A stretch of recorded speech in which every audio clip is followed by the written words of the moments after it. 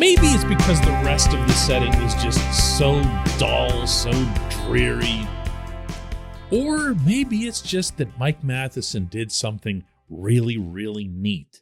That's going to be one of the things I remember the most about this season. It was a missed shot attempt. Good morning to you. Good Monday morning. I'm Dejan Kovacevic of DK Pittsburgh Sports. This is Daily Shot of Penguins. It comes your way bright and early every weekday if you're into football and or baseball. I also offer up daily shots of Steelers and Pirates where you found this. Penguins 4, Devils 2 here in Newark. I'm glad I came, to be honest with you. This was not one of my scheduled trips when we break these down with the staff at DK Pittsburgh Sports. I wanted to come here because I thought there was a chance that Sidney Crosby would get his 500th goal. He had opportunities for official shots on goal. One of them, a beautiful backhander that would have just been perfect. So Sid, authoritative backhander. But John Gillies, New Jersey's goaltender, was equal to it. And that was that. Brian Rust with a nice power play deflection. Brian Boyle with the winner after the fourth line was dominant. Tristan Jarry was good again. But I want to talk about number 5. Mike Matheson is kind of becoming, at least for my amusement purposes, something of an Alexei Kovalev. And those of you who are around for Kovalev's tenure in Pittsburgh will recall that there's something special about a player who can just physically do things that other players can't. It can be speed, it can be strength, it can be size in some cases, where a player just skates around and just knocks people over and you go, wow, that's awesome, because that player is physically doing something that others can't. Matheson, to look at him, to watch him walk into the press room at the Prudential Center here after the game, you wouldn't know him from the equipment guy. You wouldn't think this is any sort of premier athletic specimen, and I'm not knocking him, okay? He can do things out there that others can't. He pulls away with his skating in an almost unnatural way. I jokingly refer to him occasionally as the human breakout because he doesn't need to make a pass. He'll just take off. And someone starts chasing him and he takes off a little bit more. He fires rocket passes when he does do breakouts. He fires passes off the end boards. Did that twice here yesterday. Purposefully. He's missing on purpose. And I don't need to remind anyone about the time that he missed on purpose against the Islanders, only to go and collect the puck himself and set up a Teddy Bluger goal. But this wasn't about any of that. And this wasn't even about the goal that he scored, which was a howitzer. Just let the thing fly. Gillies never had a prayer at this thing. In and out before Gillies could react from center point. Just let it fly. What Mike Sullivan described afterward as a half slap shot that he has. It's just deadly. Now, what I want to talk about came halfway through the third period when he was in a similar spot, other side of the rink, obviously. He had just gotten a pass from Sid. Again at center point, maybe a little more to the left side. And instead of doing the half slap, he just flicked it like old school wrist shot. Like, I'm going to throw some more names at you that are going to date me here. Oh, but they'll date you too if you know them, so beware. Peter Nedved had a wrist shot that was so strong he could score with it from anywhere in the attacking zone. And it wasn't a crime committed by the goaltender. Kovalev, of course, could do this too, because Kovalev could do anything since he was the sun, the moon, and the stars. But this wrist shot, this is something that's not seen in hockey anymore. This portion of Daily Shot of Penguins is brought to you by the good people at the Greater Pittsburgh Community Food Bank, where they're committed to providing food for all of our neighbors in need across Western Pennsylvania. They, in turn, need your help. Find out how $1 can be turned into 5 full meals. For those in need, visit pittsburghfoodbank.org. This wrist shot was not successful. That's important to note.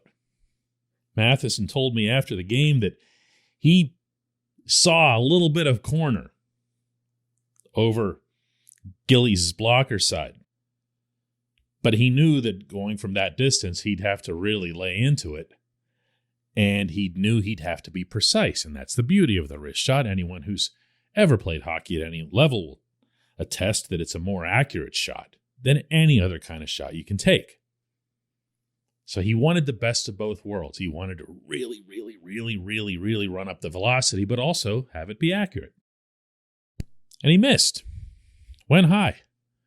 And it made a bang off that back glass that you could tell got a rise out of this otherwise non-existent crowd. They announced it as 11,000. It couldn't have been half of that in there. And the half that were there were dead to the world. But when this happened, and I checked this later to make sure I hadn't lost my mind, on the TV audio, which I was able to find online, you could hear the crowd go, "Oh!" And this is for a player from the other team missing the net. But he did it in a way that, as it happened, you knew you'd seen something that was a little special, something that's not the norm. I asked Mike Sullivan after the game, just informally, about that, and his eyebrows just went up like, I don't even know. Like, I don't know what that is. But this was Sullivan in the formal setting, describing what he's seen from Matheson this year in general, but also in this context. I think Mike's done a really good job just trying to understand what our expectations are of him. I think Todd Reardon has done a good job with Mike in trying to help define what those expectations are. And Mike is a very effective player for us. He has such dominant physical attributes. He's a great skater. He's a good puck handler. He might have one of the hardest wrist shots in the league, or those half slappers from the blue line. I mean, they're just missiles, and the goal tonight was an example of it. And I just think he's done a good job in just taking what the game gives him. And when he plays that way and he doesn't chase the game, so to speak, I think that's when he's at his best. And he's been really effective for us. He defends hard. He defends with his mobility and his stick, but he's also big and strong. And he can help us in front of our net, for example, with box outs and tying up sticks and just being hard in front of our net. So I think Mike has done a great job just trying to understand how he has to play within the confines of our team dynamic, and I think Todd has done a good job with him, just trying to help define those expectations and define those parameters for Mike, and I think he's played extremely well for us. I really do. See, that's a fair way to word it. He and Todd Reardon have both spent extensive time with Matheson, attempting to make him understand that he can do all of these spectacular things while not necessarily straying from what's best for the team. And as a result, he's become a far more dependable, far less volatile defenseman than he was in Sunrise, and then again when he first came to Pittsburgh. There were weeks at a time you'd wonder why this guy's even in the lineup. And that's just not the case anymore. This is one of the things that Reardon was brought here to do, to work specifically with the defenseman, the mercurial defenseman that the Penguins have, meaning Matheson and Chris Letang, and having them play within the game, but also find a way to be their best selves. Matheson, you can see doing that on a nightly basis. You really can. This was Matheson afterward about the kind of season that he's having, meaning just him individually. So much of it is confidence, right? And when you don't feel like things are going well, it can be easy for doubt to creep into your game. And And when that happens, it's tough to execute and be sharp throughout the game. So I think that's really been the name of the game is staying confident and not trying to do too much with the puck has been bringing me some success. This is a big deal. This is not an oh, by the way storyline. I don't know how many people would realize this, but when you get into advanced analytics, the defense pairing of Matheson and Chad Ruhwedel, remember that Ruhwedel has been a number 7 defenseman his entire career until this year, has been one of the 3 best in the National Hockey League. I know, it sounds nuts, right? Like, you barely think of them as one of the 3 best on the Pittsburgh roster, but one of the 3 best. Now, there's all kinds of asterisks that you attach to that because they don't get stuck in the tougher roles. All of the hard assignments go to Letang and Brian Dumoulin. The hope that was put into the season was not all invested, but largely invested by Ron Hextall with his challenge that he had to the second pairing of John Marino and Marcus Pettersson. Pettersson, of course, has been really good. Marino's kind of, he's getting better. But it's this third defense pairing that's been the what? And a big, big, big reason for that is that Matheson's been able to rein in some of the strange stuff he was doing while also doing wacky stuff in a good way, like this. When we come back, just one question.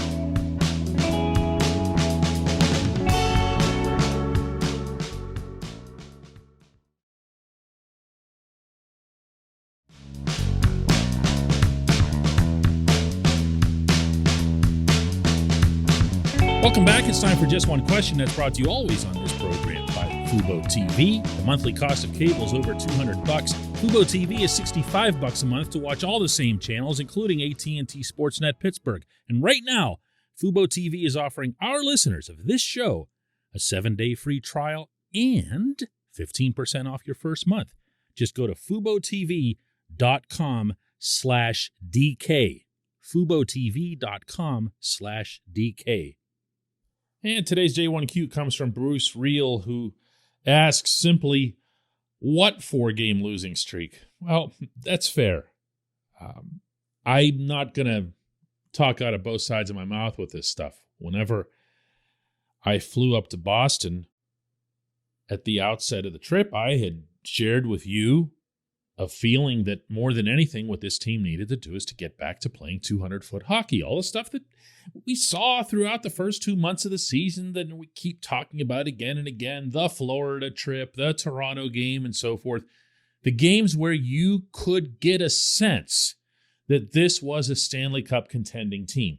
Now, how do you do that when after your first game in Boston, which is easy to get up for, you've got one in Ottawa with 500 people there against a crappy team. And then you come here and it's 100 times worse. Oh, this place. Don't make me say bad things about places I visit because it's never a cool thing. But this place, okay? Just take it for what I'm sharing here. This place does not get you amped up for anything in life.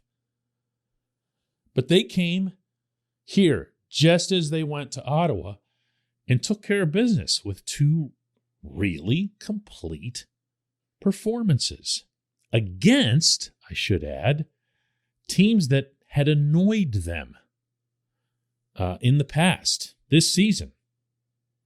The Senators and Devils have lots of flaws. They're where they are in the standings for a reason. But they also have, both of them, young, fast, effective transition teams. It's something I talked to Sullivan about here yesterday before the game.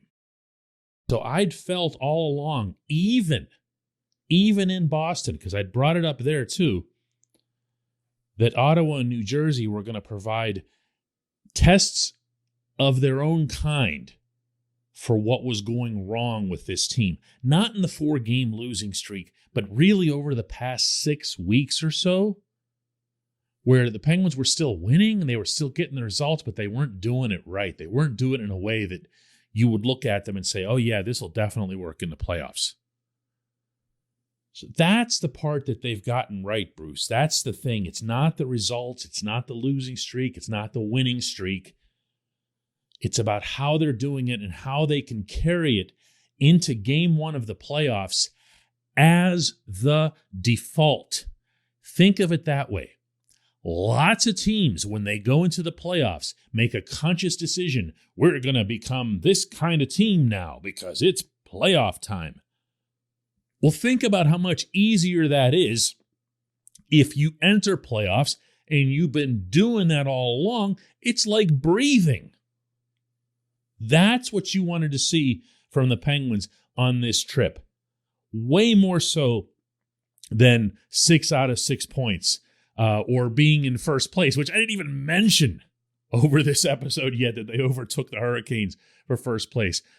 Partially because the Hurricanes have 3 games in hand, so it really doesn't matter. But it's just not that significant. Where you finish, the seeding and all that other stuff doesn't matter.